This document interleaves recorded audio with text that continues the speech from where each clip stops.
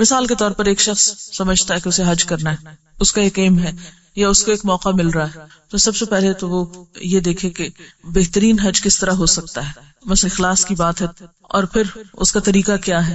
یعنی حج میں تو بہت سارے لوگ جا رہے ہیں، لاکھوں جا رہے ہیں، تو صرف جانا اور آنا ہی تو نہیں کام، وہ بہترین سے بہترین کیسے ہو سکتا ہے.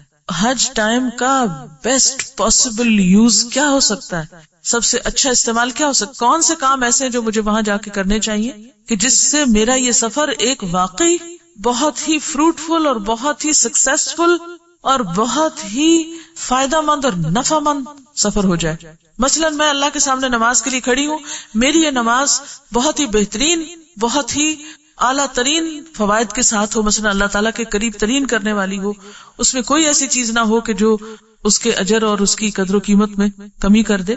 تو اس کے لیے پھر آپ کو ایسے طریقے، ایسے ہنر، ایسے سکلز، ایسے ٹپس، ایسے سیکرٹس، ایسے باتیں پتہ ہونی چاہیے، اور صرف پتہ نہیں ہونی چاہیے، ان کو کرنا بھی آنا چاہیے کہ جس سے آپ اپنے اسی وقت کو بہترین طریقے سے استعمال کر سکیں. تو ہمارا ٹارگٹ کیا ہے، یعنی فاستبقوا الخیرات کیا ہو سکتا ہے کہ صرف اتنا نہیں کہ ہم نماز پڑھے تو مطمئن ہو کے بیٹھ جائیں کہ پڑھ رہے ہیں. اسی طرح اگر آپ ایک استاد ہیں تو آپ اپنے کام کو اس سے بہتر اور اس سے بہتر اور اس سے بہتر کیسے بنا سکتے ہیں، آپ کو پتا ہونا چاہیے. نہیں تو آپ کو اس کی ہرس ہونی چاہیے، آپ کو سیکھنا چاہیے، آپ کا دماغ، آپ کا سوچ، آپ کا ذہن اس میں کام کرنا چاہیے.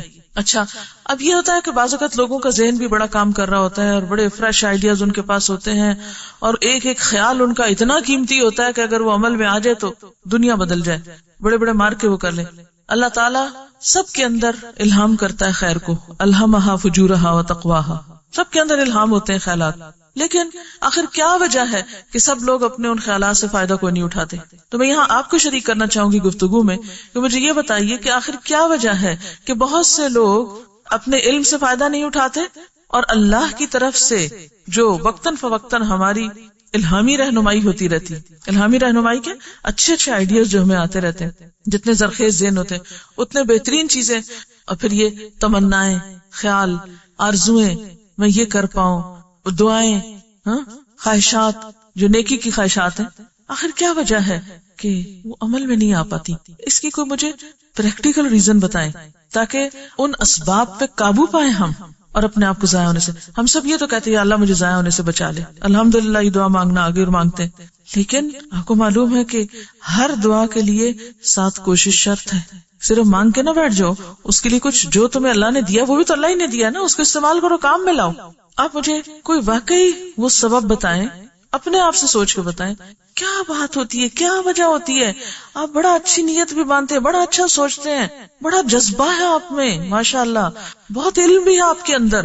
یعنی اس وقت جو گفتگو میری آپ کے ساتھ ہو رہی ہے وہ آپ ہی کے لیول پر ہونی چاہیے کہ آپ عوام میں سے نہیں ہیں. آپ کے اندر ایمان کا درجہ، علم کا درجہ، تقوی کا درجہ، اخلاص کا درجہ باقی عوام سے زیادہ ہونا چاہیے، یا ہے الحمدللہ. تو پھر وہ ساری چیزیں یا بڑی ہیں یا ہونی چاہیے، یا آپ سوچتے ہیں کہ ہو اور وہ ہو کوئی نہیں رہی. کیوں ایسا ہوتا ہے؟ سارے جذبے دھرے رہ جاتے ہیں، یا سارے علم جو ہے وہ بس پڑے رہ جاتے ہیں، یا جو سیکھا ہے وہ بھی فیل ہونے لگ گیا کہ وہ واپس جا رہا ہے یا پیچھے نکل رہے ہیں آپ؟ کیا ہے وہ اسباب؟ کیونکہ اگر ہم یہاں مل بیٹھ کے اپنا احتساب نہیں کریں گے اور اپنے لیے نہیں سوچیں گے تو کیسے آگے بڑھیں گے؟